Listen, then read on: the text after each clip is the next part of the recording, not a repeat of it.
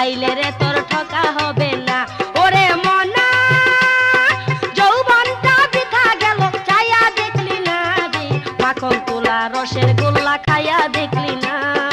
আমার কাছে আইলে রে তোর ঠকা হবে না, মাখন তোলা রসের গোল্লা খাইয়া দেখলি না। আমার কাছে আইলে রে তোর ঠকা হবে না।